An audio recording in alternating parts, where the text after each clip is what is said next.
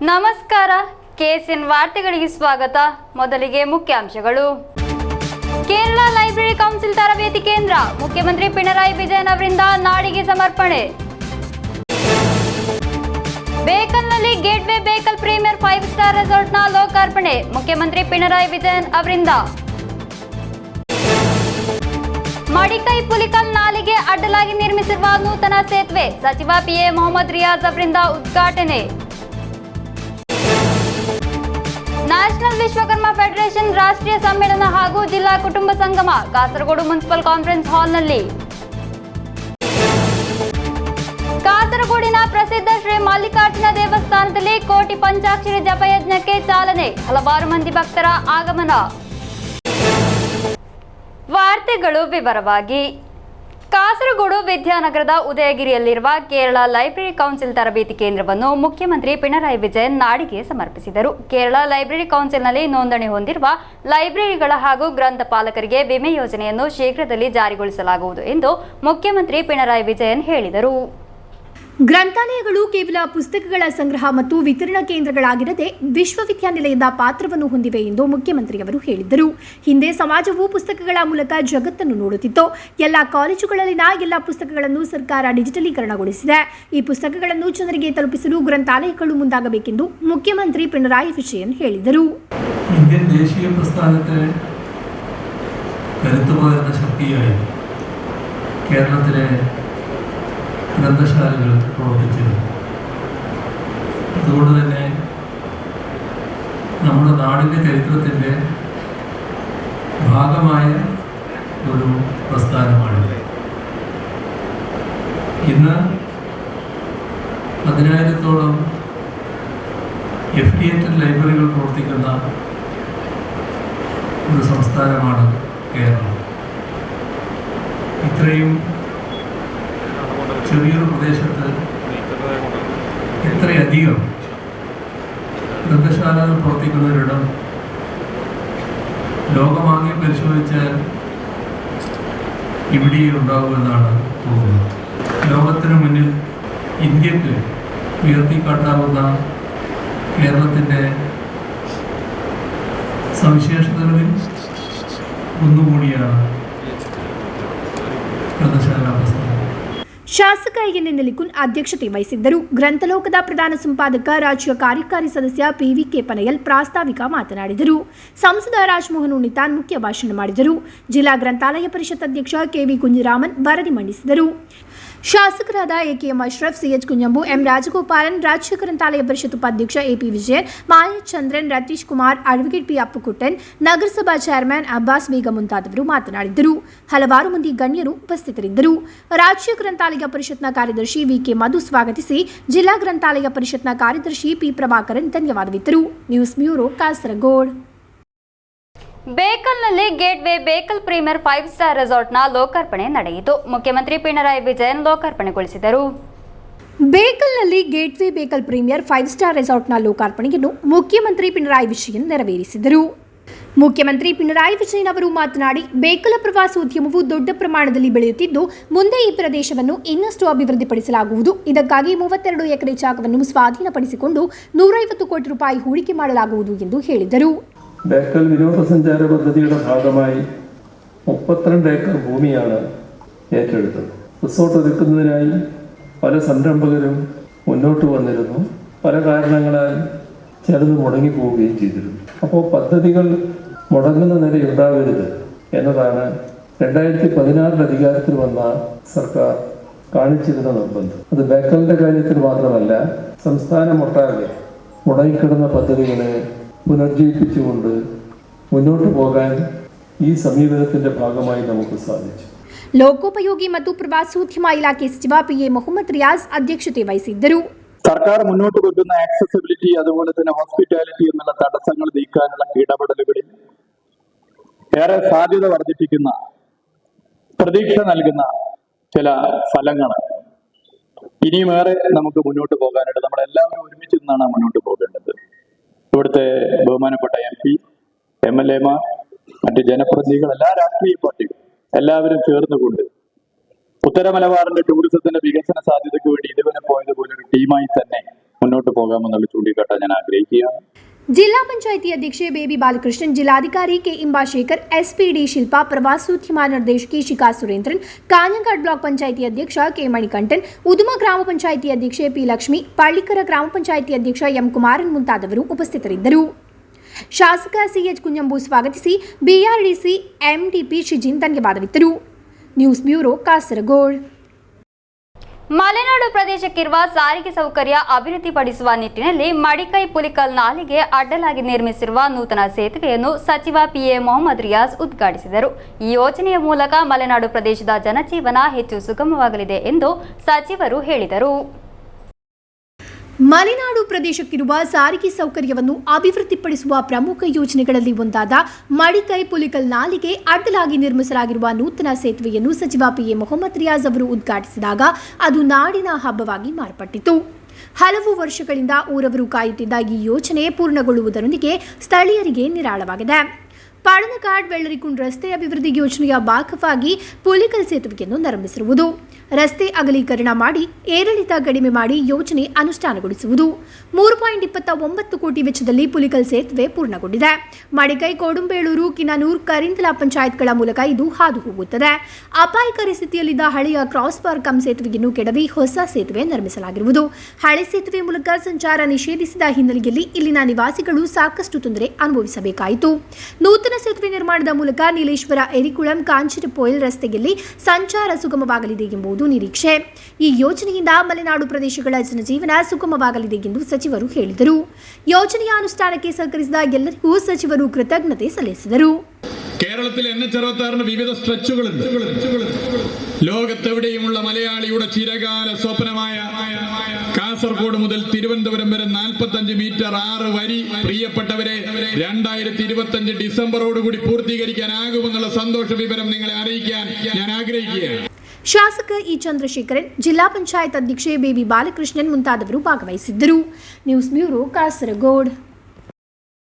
National Vishwakarma ಫೆಡರೇಷನ್ನ ರಾಷ್ಟ್ರೀಯ ಸಮ್ಮೇಳನ ಹಾಗೂ ಜಿಲ್ಲಾ ಕುಟುಂಬ ಸಂಗಮ ಕಾಸರಗೋಡು ಮುನ್ಸಿಪಲ್ ಕಾನ್ಫರೆನ್ಸ್ ಹಾಲ್ನಲ್ಲಿ ನಡೆಯಿತು. ಕಾಳಹಸ್ತೇಂದ್ರ ಸರಸ್ವತಿ ಮಹಾಸ್ವಾಮೀಜಿ ಉದ್ಘಾಟಿಸಿದರು. ನ್ಯಾಷನಲ್ ವಿಶ್ವಕರ್ಮ ಫೆಡರೇಷನ್ನ ರಾಷ್ಟ್ರೀಯ ಸಮ್ಮೇಳನ ಹಾಗೂ ಜಿಲ್ಲಾ ಕುಟುಂಬ ಸಂಗಮ ಮುನ್ಸಿಪಲ್ ಕಾನ್ಫರೆನ್ಸ್ ಹಾಲ್ನಲ್ಲಿ ಅದ್ದೂರಿಯಾಗಿ ನಡೆಯಿತು.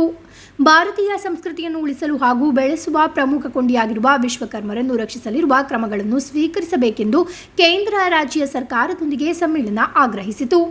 ವಿಶ್ವಕರ್ಮ ಅಭಿವೃದ್ಧಿ ನಿಗಮಗಳನ್ನು ಸ್ಥಾಪಿಸಬೇಕು ಮುಂತಾದ ನಿರ್ಣಯಗಳನ್ನು ಮಂಡಿಸಲಾಯಿತು.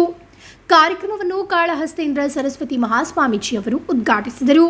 ನಮ್ಮಲ್ಲಿ ಸರ್ಕಾರದ ಮೇಲೆ ಒತ್ತಡ ಹಾಕುವಷ್ಟು ಸಾಕಷ್ಟು ಸಂಖ್ಯೆ ಉಂಟಾ? ಸಂಖ್ಯೆ ಮಾತ್ರ ನಮಗೆ ಬಲ ಸಿಗೋದಿಲ್ಲ, ಸಂಖ್ಯೆಯಿಂದ ನಮಗೆ ಬಲ ಇಲ್ಲ.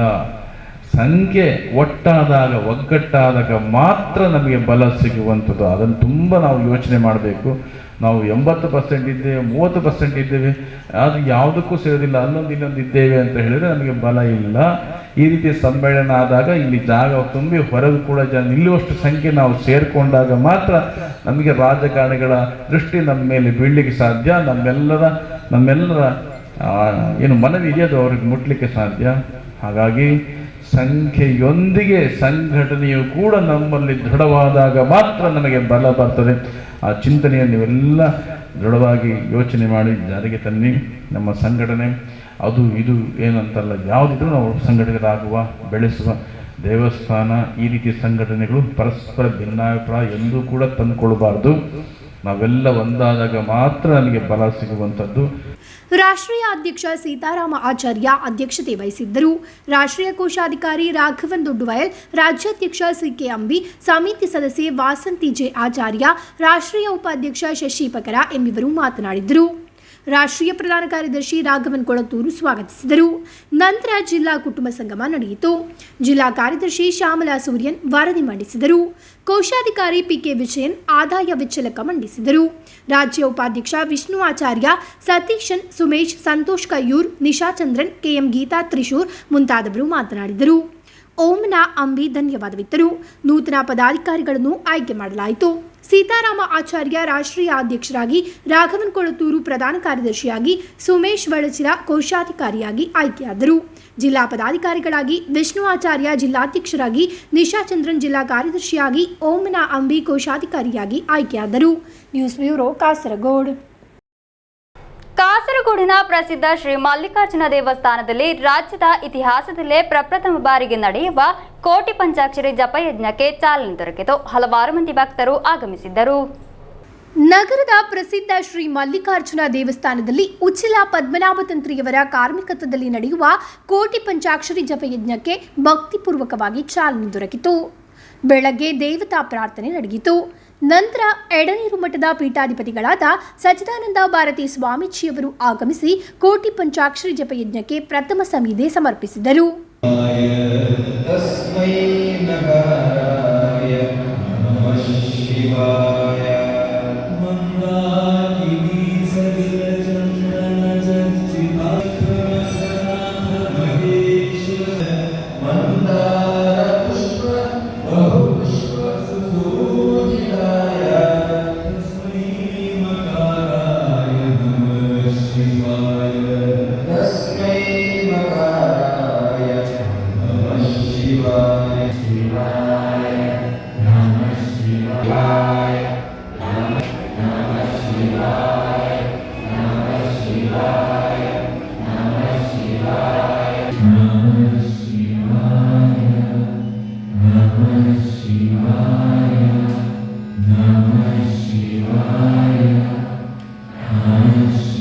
ನಂತರ ಪೂರ್ಣಾಹುತಿ ಪ್ರಸಾದ ವಿತರಣೆ ನಡೆಯಿತು.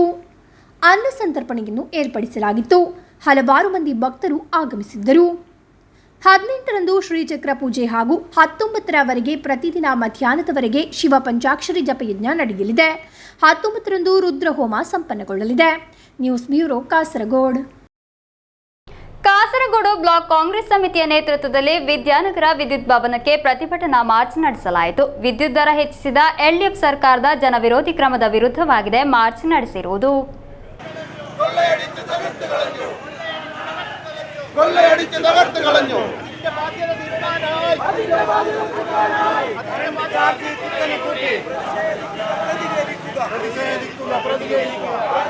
ವಿದ್ಯುತ್ ದರ ಹೆಚ್ಚಿಸಿದ ಎಲ್ಡಿಎಫ್ ಸರ್ಕಾರದ ಜನವಿರೋಧಿ ಕ್ರಮದ ವಿರುದ್ಧ ಕಾಸರಗೋಡು ಬ್ಲಾಕ್ ಕಾಂಗ್ರೆಸ್ ಸಮಿತಿಯ ನೇತೃತ್ವದಲ್ಲಿ ವಿದ್ಯಾನಗರ ವಿದ್ಯುತ್ ಭವನಕ್ಕೆ ಪ್ರತಿಭಟನಾ ಮಾರ್ಚ್ ನಡೆಸಲಾಯಿತು. ವಿದ್ಯಾನಗರ ಜಂಕ್ಷನ್ನಿಂದ ಆರಂಭವಾದ ಮಾರ್ಚ್ನಲ್ಲಿ ಹಲವಾರು ಕಾರ್ಯಕರ್ತರು ಪಾಲ್ಗೊಂಡರು.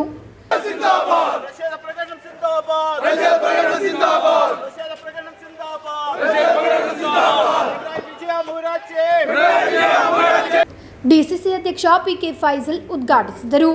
ഒരു ദീർഘവീക്ഷണവുമില്ലാതെ കേരളം ഭരിക്കുന്ന പിണറായി വിജയൻ ജനങ്ങൾക്ക് ഇരട്ടി പ്രഹരമേൽപ്പിക്കുന്ന രൂപത്തിലുള്ള വലിയ രൂപത്തിലുള്ള വൈദ്യുതി ചാർജ് വർദ്ധിപ്പിച്ചിട്ടുള്ളത്. ഇത് ജനങ്ങളോടുള്ള അനീതിയാണ്, ജനങ്ങളോടുള്ള വഞ്ചനയാണ്.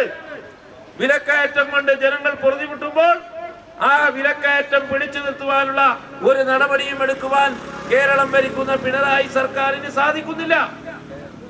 സ്വാഭാവികമായും ഇലക്ട്രിസിറ്റി വർധനവ് അത് നിയന്ത്രിക്കുന്നതിന് പകരം ജനങ്ങളെ കൊള്ളയടിക്കുന്ന രൂപത്തിലുള്ള വലിയ രൂപത്തിലുള്ള ഇലക്ട്രിസിറ്റി ചാർജാണ് ഇപ്പോൾ വർദ്ധിപ്പിച്ചിട്ടുള്ളത്. ಕಾಸರಗೋಡು ಬ್ಲಾಕ್ ಕಾಂಗ್ರೆಸ್ ಸಮಿತಿ ಅಧ್ಯಕ್ಷ ಎಂ ರಾಜೀವನ್ ನಂಬ್ಯಾರ್ ಅಧ್ಯಕ್ಷತೆ ವಹಿಸಿದ್ದರು. CV James, R Gangadharan, K Khalid, G Narayanan, Manaf Nullippady, Shanthakumari teacher, Jameela Ahmed, Abid Edachery, Seetharama Mallam, CJ Tony, ಮಂಡಲ ಅಧ್ಯಕ್ಷರುಗಳಾದ PP Sumithran, advocate Sajid Kammadam, U Velayudhan, Abdul Razak ಉಪಸ್ಥಿತರಿದ್ದರು. ಉಪಾಧ್ಯಕ್ಷ ಶಾಹುಲ್ ಹಮೀದ್ ಸ್ವಾಗತಿಸಿ ಕಾರ್ಯದರ್ಶಿ ರಫೀಕ್ ಅಬ್ದುಲ್ಲಾ ಧನ್ಯವಾದವಿತ್ತರು. News bureau, Kasaragod. ABC sales ಕಾರ್ಪೊರೇಷನ್ನಲ್ಲಿ ಆಯೋಜಿಸಲಾದ ಎಬಿಸಿ ಮೆಗಾ ಸೇಲ್ಗೆ ಚಾಲನೆ ದೊರಕಿತು. ಸಾದಿಯಾ ಸೆಂಟರ್ ಇಮಾಮ್ ಮುಬ್ಷಿರ್ ಹಶ್ಮಿ ಉದ್ಘಾಟನೆಯನ್ನು ನೆರವೇರಿಸಿದರು. ಕಾಸರಗೋಡು ಎಬಿಸಿ ಶೋರೂಮ್ನಲ್ಲಿ ಎಬಿಸಿ ಮೆಗಾ ಸೇಲ್ಗೆ ಚಾಲನೆ ದೊರಕಿತು. ಟೈಲ್ಸ್, ಸ್ಯಾನಿಟರಿ ವೇರ್, ಪ್ಲಂಬಿಂಗ್ ರಂಗದ ಕೇರಳದ ಅತಿದೊಡ್ಡ ಮಾರಾಟಗಾರರಾದ ಎಬಿಸಿಯ ಮೆಗಾ ಆಫರ್ನಲ್ಲಿ 1 ಪವನ್ ಚಿನ್ನದ ಬೆಲೆಯಲ್ಲಿ ಒಂದು ಮನೆಗಿರುವ ಸಂಪೂರ್ಣ ಟೈಲ್ಸ್ ಹಾಗೂ ಸ್ಯಾನಿಟರಿ ವೇರ್ಗಳನ್ನು ತಮ್ಮದಾಗಿಸುವ ಅವಕಾಶವನ್ನಾಗಿದೆ ಗ್ರಾಹಕರಿಗಾಗಿ ಸಿದ್ಧಪಡಿಸಿರುವುದು. ಶೋರೂಮ್ನಲ್ಲಿ ಅದ್ದೂರಿಯ ಕಾರ್ಯಕ್ರಮದಲ್ಲಿ ಮೆಗಾ ಸೇಲ್ನ ಉದ್ಘಾಟನೆಯನ್ನು ಸಾದಿಯಾ ಸೆಂಟರ್ ಇಮಾಮ್ ಮುಬ್ಷಿರ್ ಹಶ್ಮಿ ನೆರವೇರಿಸಿದರು. Showroom managing director Mohammed Anwar, director Abdulla, manager Santosh ಮುಂತಾದ ಪ್ರಮುಖರು ಭಾಗವಹಿಸಿದ್ದರು. ಸ್ಪೆಷಲ್ ಕಾಂಬೋ ಆಫರ್ಗಳು, ಬ್ರಾಂಡೆಡ್ ಉತ್ಪನ್ನಗಳು, ವಿಶೇಷ ರಿಯಾಯಿತಿ ಮೆಗಾ ಸೇಲ್ನಲ್ಲಿ ಲಭ್ಯವಿದೆ. Fresh stock and new designs, premium quality ಮೆಟೀರಿಯಲ್ಸ್ಗಳು ಎಂಬಿಪಿಗಳ ವ್ಯಾಪಕವಾದ ಸಂಗ್ರಹವನ್ನು ಶೋರೂಮ್ನಲ್ಲಿ ಸಿದ್ಧಪಡಿಸಲಾಗಿದೆ. ಅತಿ ದೊಡ್ಡ ಡಿಸ್ಕೌಂಟ್ ಸೇಲ್ಗಾಗಿದೆ. ಕಾಸರಗೋಡು ಎಬಿಸಿಯಲ್ಲಿ ಚಾಲನೆ ದೊರೆತಿರುವುದು ಎಂದು ಪ್ರತಿಯೊಬ್ಬರೂ ಈ ಸೌಲಭ್ಯದ ಪ್ರಯೋಜನ ಪಡೆದುಕೊಳ್ಳಬೇಕು ಎಂದು showroom managing director Muhammad Anwar KC ന്യൂസ്ಗೆ ತಿಳಿಸಿದರು. ആദ്യം വാങ്ങാം, ലാഭത്തിൽ വാങ്ങാം. ABC മെഗാ സെയിൽ 2025 ഇവിടെ തുടക്കം കുറിച്ചിരിക്കുകയാണ്. വിവിധ പഞ്ചിലും ഡിസൈനിലും നമ്മൾ പ്രൊഡക്റ്റ് കൊണ്ടുവന്നിട്ടുണ്ട്. അപ്പം കസ്റ്റമേഴ്സിന് ചൂസ് ചെയ്യാൻ വേണ്ടി ഒരുപാട് കളക്ഷൻസ് തന്നെ ABC ഒരുക്കി വെച്ചിട്ടുണ്ട്. അതിലൊരു പ്രത്യേകത എന്ന് പറഞ്ഞാൽ 1 പവൻ സ്വർണത്തിൻ്റെ വിലക്ക് ഒരു വീട്ടിലേക്കുള്ള മുഴുവൻ സാധനങ്ങളും നിങ്ങൾക്ക് ലഭ്യമാണ്. അതുപോലെ തന്നെ സാനിറ്ററി, പ്ലംബിങ്, മറ്റ് ഐറ്റംസിനും നിങ്ങൾ അതിശയിപ്പിക്കുന്ന ഡിസ്കൗണ്ടാണ് നമ്മൾ ഇവിടെ ഒരുക്കി വച്ചിരിക്കുന്നത്. നമ്മുടെ പ്രത്യേകത എന്ന് പറയുന്നത് മാനുഫാക്ചറടുത്ത് നേരിട്ട് പോയി ക്വാളിറ്റി ചെക്ക് ചെയ്ത് അത് ഗുണനിലവാരം ഉറപ്പുവരുത്തി എല്ലാം പുതിയ മെറ്റീരിയൽ തന്നെയാണ് നമ്മൾ കൊണ്ടുവന്നിരിക്കുന്നത്. കറണ്ട് റെഡി സ്റ്റോക്കായിട്ട് 1.5 കോടി സ്ക്വയർ ഫീറ്റ് നമ്മളിവിടെ സ്റ്റോക്ക് വെച്ചിട്ടുണ്ട്. നിങ്ങൾക്ക് തന്നെ ഈ ഓഫർ കാലയളവിൽ നിങ്ങൾ എത്ര ലക്ഷം സ്ക്വയർ ഫീറ്റ് വേണമെന്ന് പറഞ്ഞാലും നമ്മൾക്ക് അത് പ്രൊവൈഡ് ചെയ്ത് കൊടുക്കാൻ പറ്റുന്നതാണ്. അതുപോലെ തന്നെ ഓഫർ കഴിഞ്ഞ് കഴിഞ്ഞാലും ഈ തുടർച്ചയായിട്ട് ഈ പ്രൊഡക്റ്റ് നിങ്ങൾക്ക് കിട്ടുന്നതാണ്. വിലയിൽ മാറ്റം ഉണ്ടാകുമെന്നേ ഉള്ളൂ. നിങ്ങൾക്ക് ഇത് കണ്ടിന്യൂഷൻ കിട്ടും. കാരണം ഇത് വൺ ടൈമോ അല്ലെങ്കിൽ കംപ്ലൈൻ്റ് ആയ സാധനമല്ല. റെഡി നിങ്ങൾക്ക് ബാച്ച് നമ്പറും അതിൻ്റെ മാനുഫാക്ചറിങ് ഡേറ്റും നോക്കിയാൽ മനസ്സിലാവും. അത്രയും ഫ്രഷ് സ്റ്റോക്കാണ് നമ്മൾ ഇവിടെ കൊണ്ടുവന്നിരിക്കുന്നത്. കസ്റ്റമേഴ്സ് എത്രയും പെട്ടെന്ന് വന്നു കഴിഞ്ഞാൽ അവർക്ക് കൂടുതൽ ಡಿಸೈನ್ಸುം ಆಫറും കിട്ടും. ಎಬಿಸಿ ಮೆಗಾ ಸೇಲ್ನ ಭಾಗವಾಗಿ ಗ್ರಾಹಕರಿಗಾಗಿ ಅಡ್ವಾನ್ಸ್ ಬುಕಿಂಗ್ ಸೌಲಭ್ಯ ಸೇರಿರುವ ಹಲವಾರು ಸೇವೆಗಳನ್ನು ಸಿದ್ಧಪಡಿಸಲಾಗಿದೆ. ಟೈಲ್ಸ್, ಸ್ಯಾನಿಟರಿ ವೇರ್, ಪ್ಲಂಬಿಂಗ್ ಸೇರಿರುವ ಬಿಲ್ಡಿಂಗ್ ಮೆಟೀರಿಯಲ್ ರಂಗದ ಕಾಸರಗೋಡಿನ ಅತಿದೊಡ್ಡ ಶೋರೂಮ್ ಆಗಿದೆ ಎಬಿಸಿ. 25,000 ಚದುರ ಅಡಿ ಡಿಸ್ಪ್ಲೇ ಏರಿಯಾವಾಗಿದೆ ಕಾಸರಗೋಡು ಎಬಿಸಿಯಲ್ಲಿರುವುದು. News bureau, Kasaragod. ದೇಲಂಪಾಡಿ ಶ್ರೀ ಮಹಾಲಿಂಗೇಶ್ವರ ದೇವಸ್ಥಾನದಲ್ಲಿ ವರ್ಷಂ ಪ್ರತಿಯಂತೆ ಜರುಗುವ ಧನುಪೂಜೆ ಮಹೋತ್ಸವ ಭಕ್ತಿಪೂರ್ವಕವಾಗಿ ಆರಂಭಗೊಂಡಿತು. ಹಲವಾರು ಮಂದಿ ಭಕ್ತರು ಆಗಮಿಸಿದ್ದರು. ಪುತ್ತಿಗೆ ಪಂಚಾಯತ್ನ ಅಂಗಡಿಮುಗರು ಸಮೀಪದ ದೇಲಂಪಾಡಿ ಶ್ರೀ ಮಹಾಲಿಂಗೇಶ್ವರ ದೇವಸ್ಥಾನದಲ್ಲಿ ವರ್ಷಂ ಪ್ರತಿಯಂತೆ ಜರುಗುವ ಧನುಪೂಜೆ ಮಹೋತ್ಸವ ಸೋಮವಾರ ಆರಂಭಗೊಂಡಿತು. ದೇಲಂಪಾಡಿ ಗಣೇಶ ತಂತ್ರಿಯವರ ನೇತೃತ್ವದಲ್ಲಿ ಕ್ಷೇತ್ರದಲ್ಲಿ ಆರಂಭಗೊಂಡ ಧನುಪೂಜಾ ಮಹೋತ್ಸವದ ಅಂಗವಾಗಿ ಬೆಳಗ್ಗೆ ವೇದಕೋಶ, ರುದ್ರಪಾರಾಯಣ ಜರುಗಿತು.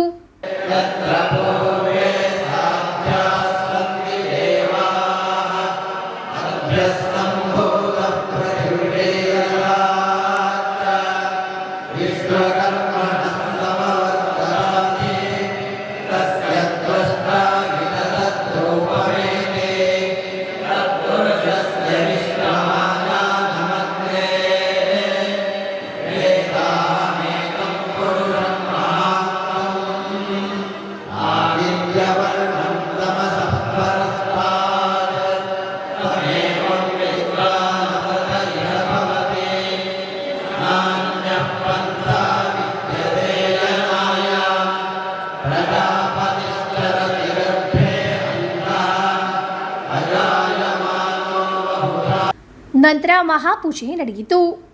ಜಿಲ್ಲೆಯ ಪ್ರಧಾನ ಕ್ಷೇತ್ರಗಳಲ್ಲಿ ಒಂದಾಗಿ ಗುರುತಿಸಿಕೊಂಡಿರುವ ದೇಲಂಪಾಡಿ ಕ್ಷೇತ್ರಕ್ಕೆ ನೆರೆಯ ಕರ್ನಾಟಕ ಗಡಿ ಭಾಗಗಳಿಂದ ಭಕ್ತಜನ ಆಗಮಿಸುತ್ತಿದ್ದಾರೆ. ಪ್ರತಿ ವರ್ಷ ಧನುಪೂಜಾ ಮಹೋತ್ಸವವನ್ನು ನಾಡಿನ ಉತ್ಸವ ಪ್ರತೀತಿಯಲ್ಲಿ ಕೊಂಡಾಡುವ ಈ ಕ್ಷೇತ್ರಕ್ಕೆ ಬಂದಂತಹ ಅತಿಥಿಗಳ ಸತ್ಕಾರ ಹಾಗೂ ಸೇವಾ ಕೈಂಕರ್ಯ ಇಲ್ಲಿಗೆ ಭೇಟಿ ನೀಡಿದ ಪ್ರತಿಯೊಬ್ಬರ ಪ್ರಶಂಸನೆಗೆ ಪಾತ್ರವಾಗಿದೆ.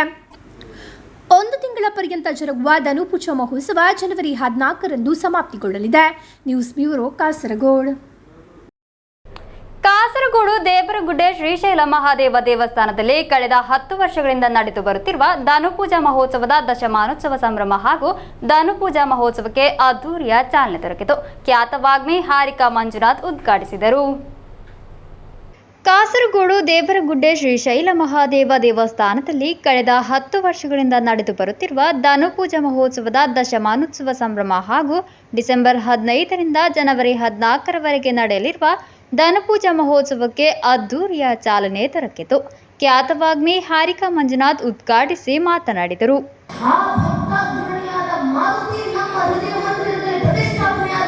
ಹಿಂದೂ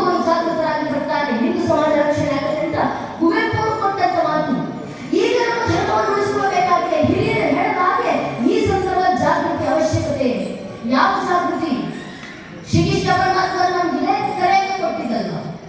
ಅರ್ಜುನ ಕೈಲಿದ್ದ ಶಸ್ತ್ರಾಸ್ತ್ರಗಳನ್ನೆಲ್ಲ ಬಳಸಿ ಇನ್ನು ನನ್ನಿಂದ ಧರ್ಮ ಕಾರ್ಯ ಆಗೋದಿಲ್ಲಪ್ಪ, ನರರಕ್ಷಣೆ ಮಾಡ್ಕೊಂಡು ಯುದ್ಧ ಮಾಡ್ಲಿಕ್ಕೆ ಆಗೋದಿಲ್ಲ, ನೀನೇ ಎಲ್ಲವನ್ನು ನೋಡ್ಕೊಂತ ಅರ್ಜುನ ಶರಣಾಗತನಾಗಿ ಕೂತಾಗ ಅರ್ಜುನನಲ್ಲಿರುವಂತ ಧರ್ಮ ಜಾಗೃತಿಯನ್ನ ಮತ್ತೊಮ್ಮೆ ಬೆಳೆದೆತ್ತಿಸಲಿಕ್ಕೆ ಶ್ರೀಕೃಷ್ಣ ಪರಮಾತ್ಮ ಗೀತಾಚಾರ್ಯ ಕೃಷ್ಣನಾಗಿದ್ದು ಭಗವದ್ಗೀತೆ ಉಪದೇಶ ಮಾಡಿದ.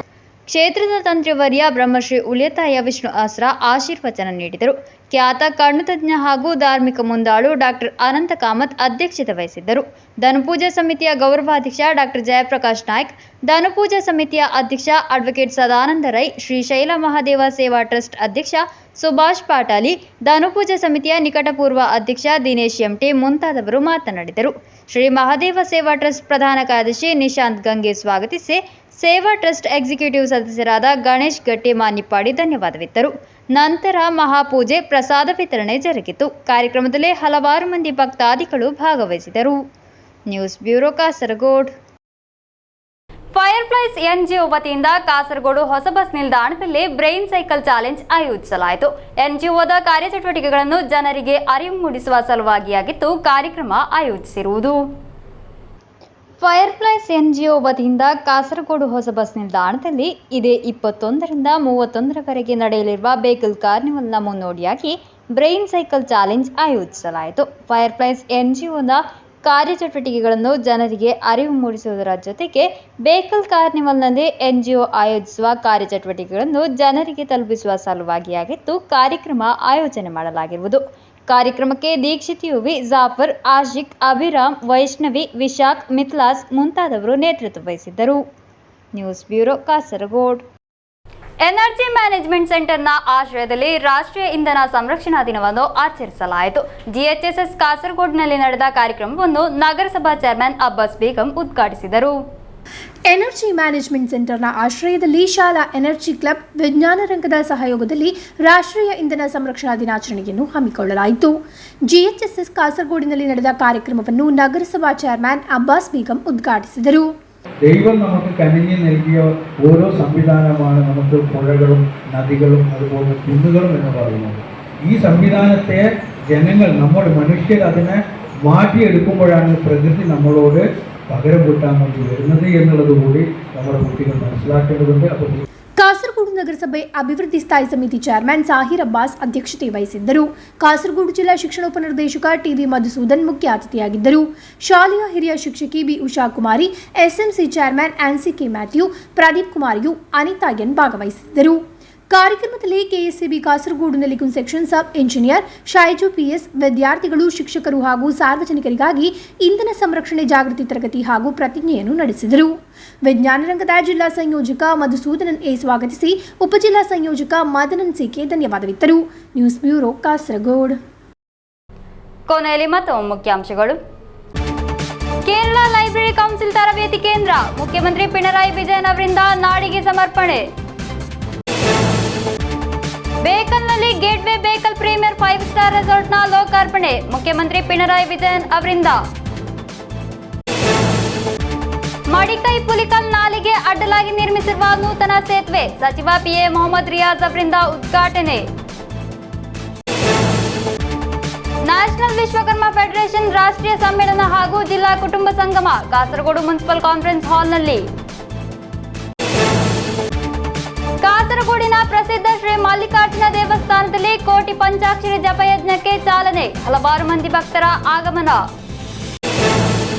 ಇಂದಿನ ವಾರ್ತಾ ಸಂಚಿಕೆಗೆ ಮುಕ್ತಾಯವಾಯಿತು. ಮುಂದಿನ ವಾರ್ತಾ ಸಂಚಿಕೆಯೊಂದಿಗೆ ಭೇಟಿಯಾಗೋಣ. ವಂದನೆಗಳು.